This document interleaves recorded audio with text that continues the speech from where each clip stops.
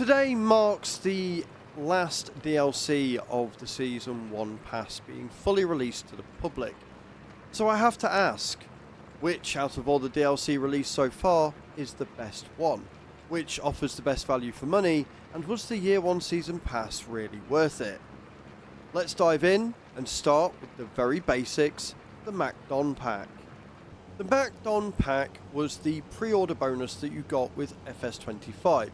They then, after release, allowed you to purchase the pack if you so desired, so you too could enjoy the benefits. Whilst it is a very small pack for a very small price, it offers quite a lot of value.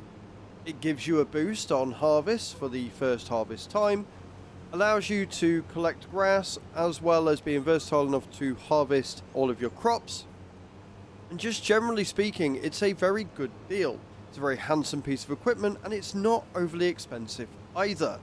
The biggest drawback to this is obviously the width of the mower is not very wide, and it can be a bit of a pain to have to come back and pick up the swath that you have dropped.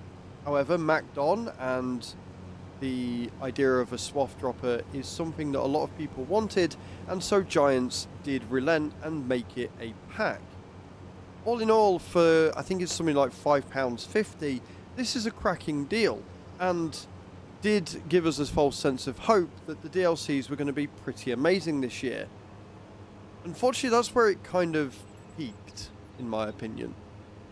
Next up, we have the Nexat pack, one of the undoubtedly coolest pieces of equipment I have ever seen on Farming Sim. However, the coolness factor soon runs out when you realise how unusable this machine is on most maps, especially Giants maps. It is large, it is cumbersome, it is not easy to steer, and it's very, very expensive. Now, you do start to save money when you buy more than 3 items at a time. Ultimately, that's a large upfront cost. And again, on any of the Giants maps, you're just going to get stuck everywhere. It's going to be more annoying than it is helpful. And as a result, it doesn't really get used much. I can't remember the last time I saw somebody actually using this piece of kit. If you are somebody that does use the Nexat regularly, please let me know. The pack's not great because Giants released it and then didn't give us a suitable map for it. There are some map makers that have made maps that are good for the Nexat, large fields, very square, very flat. But most people don't want large, square, flat fields. They want ones with hills. They want tight running UK maps. They want a map that feels alive. And to get the best out of the Nexat, you need a very dead, flat map. The map that I actually used was Wasaka County for this, which had great fields for it, until you got on them and realised they weren't flat at all. And the road camber on that map meant that I spent more time seesawing with this than I did actually harvesting. Again, great piece of equipment, fantastic gimmick, but ultimately largely unusable. Next up, we had the Plains and Prairies DLC, which brought us things like the Big Roy, a fantastic hunk of metal and steel. However, realistically, again, it suffers from the same sort of issue that the Nexat did, in that the Big Roy specifically is big and bulky, and what's more, quite slow. On top of that, it's articulated, which means that it can be a bit of a nightmare to steer. Furthermore, the equipment that you got with the Plains and Prairies DLC was a bit underwhelming. The GEA stuff was honestly fantastic and a really good addition to the farm, gave you a good competitive edge and allowed you to have some decent choice with your slurry spreaders. However, things like the Seed Hawk and the Vaderstad planter, they all were just really expensive and you didn't get a lot. And the biggest disappointment, I think, from a lot of people, considering Ford were finally coming to Giants, is that it was all the Fords that nobody really wanted. And they were all just reskins of the Versatile, because Giants apparently were not able to get the license for the British Fords, the T-dubs and stuff. And so, again, this DLC just sort of left a bad taste in our mouths. It's a nice idea in theory, and some of the equipment was good. Again, the GEA slurry spreader and the versatile Nemesis were of my favourite pieces of equipment in this DLC. But other than that, it was just all a bit lackluster. Not to mention that Versatile was the first hint of putting things that were previously available in the past game behind a paywall. There wasn't a huge amount of Versatile stuff in 22, but there was next to none in 25, until this DLC came along. And that feels a little bit sleazy and a little bit cheap to me.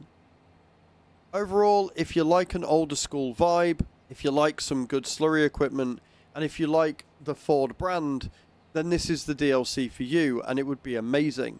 For me, it just didn't really hit the right notes. Next, we had the Mercedes-Benz pack. Now, I have to say, I haven't really used this pack before, but it does add one of the coolest features I've seen thus far. What it adds is the ability to make your trucks way more versatile in a way that I've only really seen in mods up until this point. You can take the Actros and you can customize it however you want, and then you can add whatever container on the back that is available in the DLC. This means that your truck can become much more versatile, much more usable, and look really cool as well. It is something that I was very happy to see, and the container system is one that I hope they expand upon. Outside of that, you also got the Unimog, which again gave you just more versatility with faster trucks that could do more things on the farm. The fact that you could attach a 3-point attacher and other attachers on the front, so you could take it and you could use it on your fields. This is great. This is a really good DLC which gives you a lot more. The main reason why I didn't use it was because at the time that it came out, I was currently working on a 4X map where I'd already got a lot of the equipment I needed, and a lot of the equipment I needed was large, cheaty machinery, because I'm not going to sit there with a 5-meter wide spread using on a 73 hectare field. But overall, I do like the Mercedes pack. I think it adds a lot of value to the game, and it introduces slightly new mechanics that up until this point we've only seen in mods. Lastly, of course, we have the Highlands Fishing DLC, coming complete with this JCB Fast Track 8000 icon and the Vaderstad Proceed. It's a fantastic piece of equipment, this. It is the first planter that actually allows you to plant almost anything in one tool. Previously only able to be done with mods, this is an actual game-changing piece of equipment. You also get the map, you get the fishes, the new product line, and you get onions as a new crop. However, it is well documented by now how much I have been very let down and disappointed by this DLC. The equipment is pretty good, very well economically challenged, and allows you to make competitive choices, but overall the DLC has very much felt lacking and not worth the full price of an expansion. I feel that with all of these DLCs there is always something that lets it down, except for maybe the Mercedes pack and the MacDon pack. Overall, it is down to you. It is down to what you think is best. For me personally, I think the Mercedes pack takes it, with the MacDon pack coming in a very close second. The Plains and Prairies, I think, is the most disappointing, and the one that is worst value for money is definitely the Highlands Fishing DLC. I feel that a map is not enough. A map needs to be targeted. A map needs to have everything you need on it, and the equipment needs to match. I feel that only adding one onion planter, just like we've only got 1 or 2 vegetable planters, isn't enough to give the players a real feel that they can control the farm how they want. It's very similar to the base game, only having 1 spinach harvester, 1 pea harvester, etc. I feel that the game needs better packed DLCs. The game needs more choice and more availability for these DLCs. It doesn't mean they're all bad for money, it just means that they're not as high standard as I would personally like to see. But there you have it. There's a rundown of the DLCs of the last year and my top 2 picks. The Mercedes pack and the MacDon pack are by and large the best ones that you can get right now. I think that if you want an English map that is Giants made, some nice equipment with some good versatility, and a lackluster feeling for fish, then Highlands is going to be right up your alley.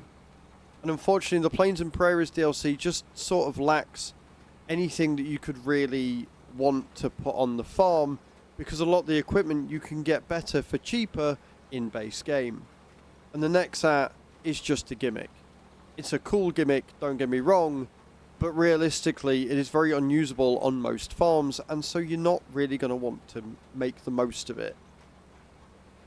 Let me know in those comments down below whether you agree or disagree with my conclusions. Let me know what your favourite pack so far has been, and I will see you all in the next video. Ciao, ciao.